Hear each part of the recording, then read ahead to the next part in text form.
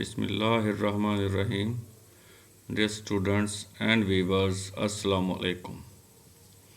आज हम partition of a set पढ़ेंगे। पहले इसको हम देख लेते हैं कि क्या लिखा हुआ है, उसके बाद इसको मैं एक्सप्लेन करता हूँ। उससे पहले अगर आपने अपने इस चैनल को सब्सक्राइब नहीं किया तो सब्सक्राइब कर लें, ताकि आपको मेरे लेक्चर्स के जो नोटिफिकेशंस हैं वो बर वक्त मिल सकें और आप उनसे इस्तेफ़ादा कर सकें। आइए शुरू करते हैं। Let A1, A2, A3 up to AN be subsets of a set A, then the collection of all subsets form a partition of set A if union of AI such that I belong to I is equal to AI intersection AJ is equal to empty set।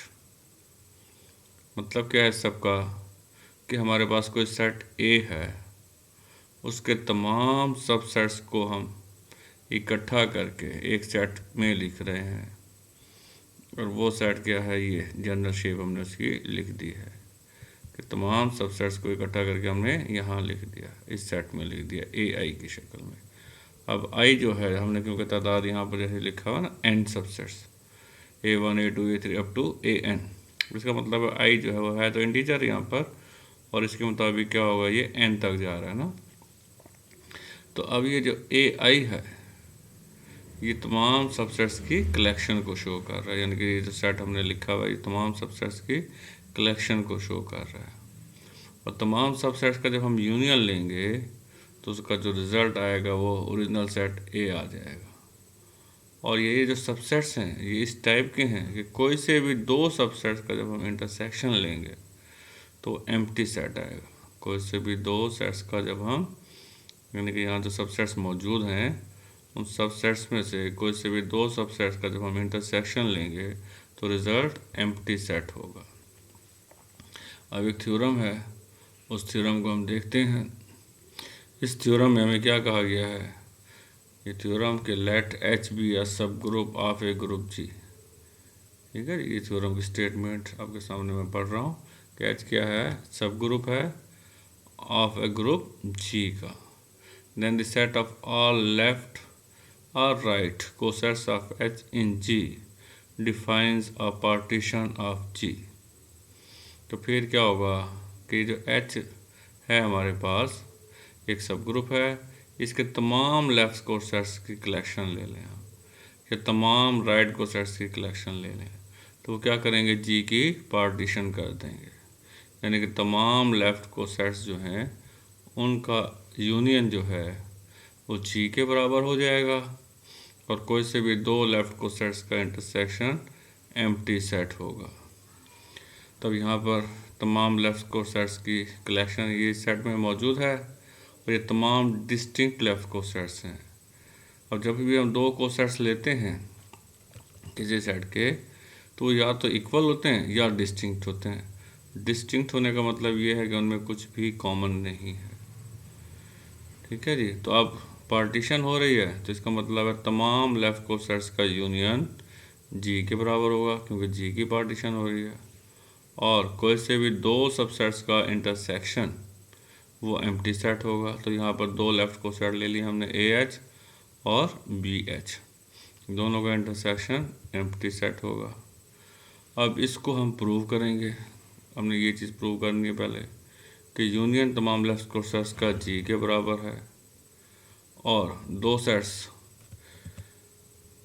Sets को जब हमने equal prove करना होता है, ये मैंने लिखा है यहाँ पर, पहले इसको देख लें।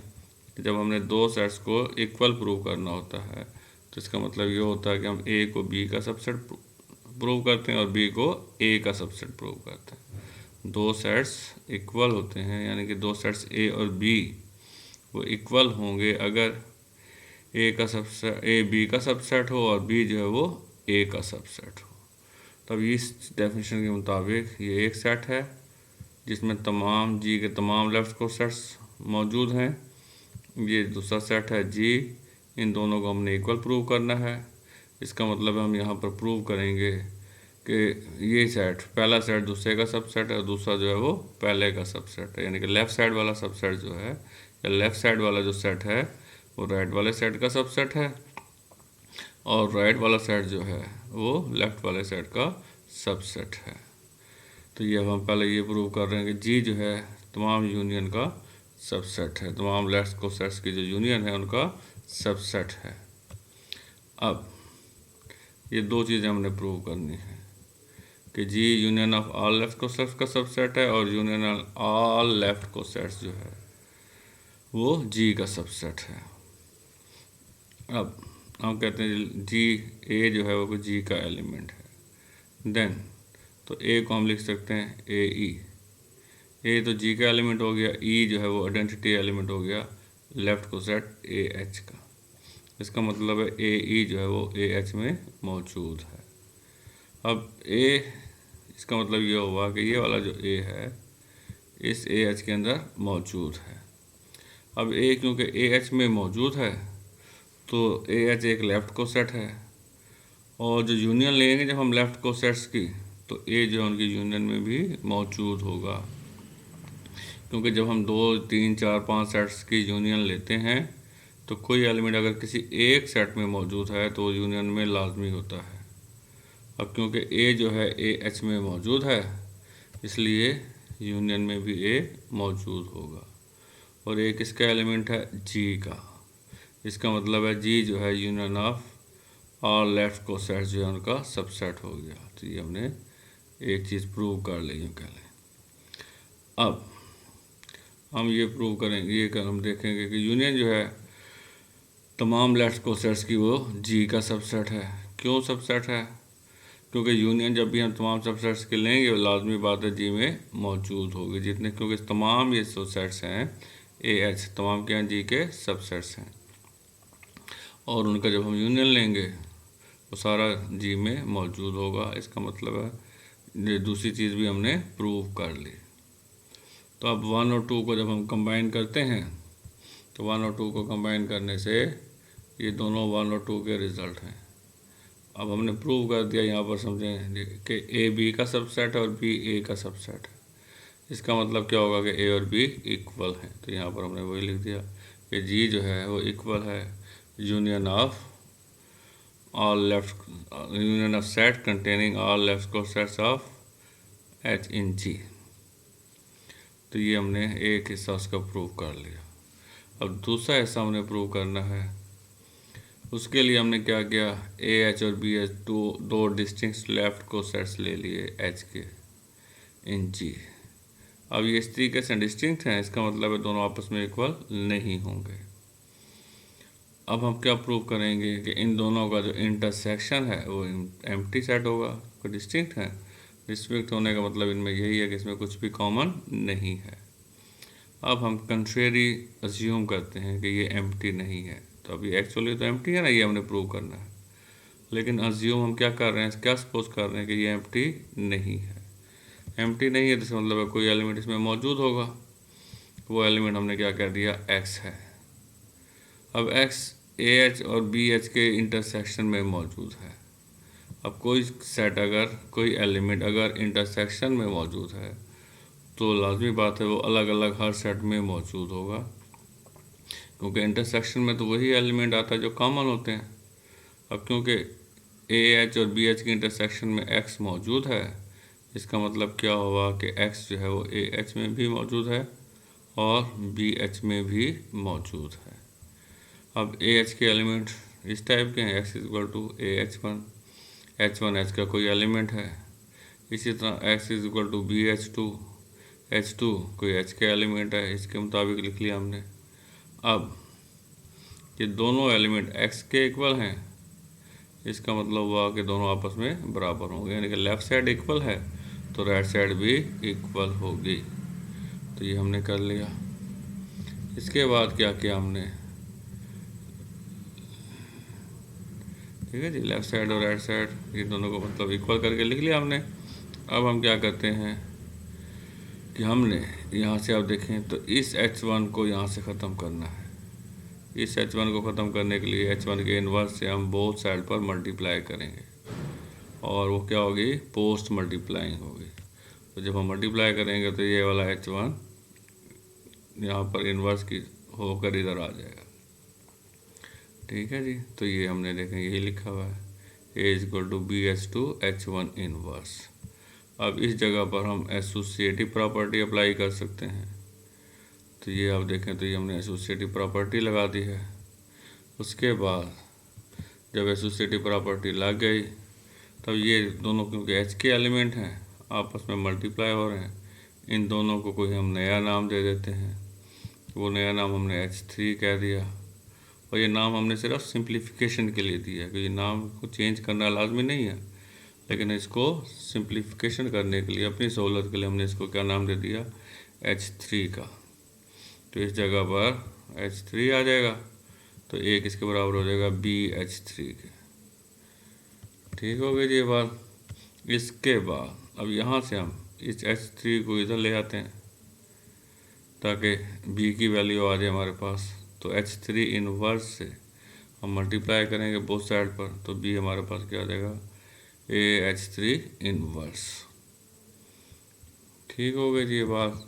इसके बाद A और B की वैल्यूज़ क्या लें, हमारे पास ये आ गए। इन वैल्यूज़ को हमने यूज़ करना है। अब हम प्रूव करेंगे कि AH और BH इक्वल है, क्योंकि कंट्रेरी हमने कहा हुआ ना। तो क्योंकि दो लोग अपना जब हम को सेट्स लेते हैं वो या इक्वल होते हैं या डिस्टिंक्ट होते हैं। अब हमने कह दिया डिस्टिंक्ट नहीं है, इसका मतलब है इक्वल होंगे फिर। अब हम इसको चेक करते हैं। अब y हमने कहा जी AH का एलिमेंट है। अब AH का एलिमेंट इस टाइप का होगा, H4 H को बिलोंग कर रहा है। अब A की वैल्यू डाल दी, अभी हमने जो निकाली थी ये वाली A की वैल्यू जो है हमने इधर पुट कर दी है। फिर एसोसिएटिव लॉ लगा देंगे तो ये आ जाएगा। अब इसको फिर सिंप्लीफाई करने के लिए हम क्या कर देंगे, H5 का नाम दे देंगे। तो y की वैल्यू क्या आ गई, BH5। इसका मतलब y किसको बिलोंग कर रहा है, BH को बिलोंग कर रहा है। y अब किसका एलिमेंट था, AH का। इसका मतलब है AH जो है वो BH का सबसेट है। तो AH BH का सबसेट हो गया। ये काम हमने कर लिया। इसके बाद अब हम BH का एलिमेंट लेंगे। भाई y BH का एलिमेंट है, BH का हर एलिमेंट इस टाइप का है, H6 H में मौजूद है। अब यहाँ पर B की वैल्यू डाल दी हमने, क्योंकि B की वैल्यू ये हमने पहले निकाली हुई है।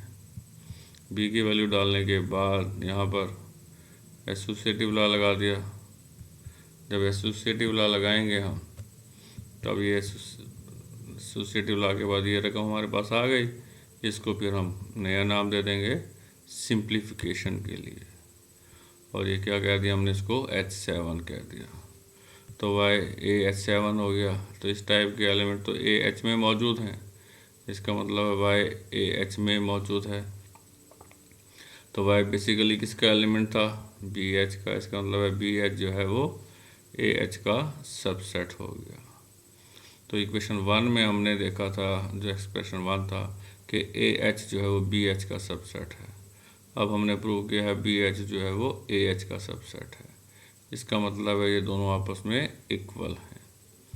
अब ये दोनों क्योंकि इक्वल हैं तो यही कंट्राडिक्शन आ गई, क्योंकि AH और BH हमने कहा ये तो डिस्टिंक्ट हैं, लेकिन हम यहाँ क्या प्रूव हुआ है कि ये दोनों इक्वल हैं। और इक्वल क्यों आया है, क्योंकि हमने इसको कहा था कि ये एम्प्टी नहीं है, क्योंकि AH और BH का इंटरसेक्शन एम्प्टी है डिस्टिंक्ट होने की वजह से। लेकिन हमने क्या कहा था, ये एम्प्टी नहीं है, और इसकी वजह से हमारे पास जो रिज़ल्ट आया वो रॉन्ग आया ना। मतलब AH और BH इक्वल आ गए। तो इसलिए अब हमारा ये थ्योरम प्रूव हो गया। तो ये थ्योरम बहुत इंपॉर्टेंट है, एनुअल एग्ज़ाम में आ चुका है कई दफ़ा, इसको अच्छी तरह देख लेंगे आप।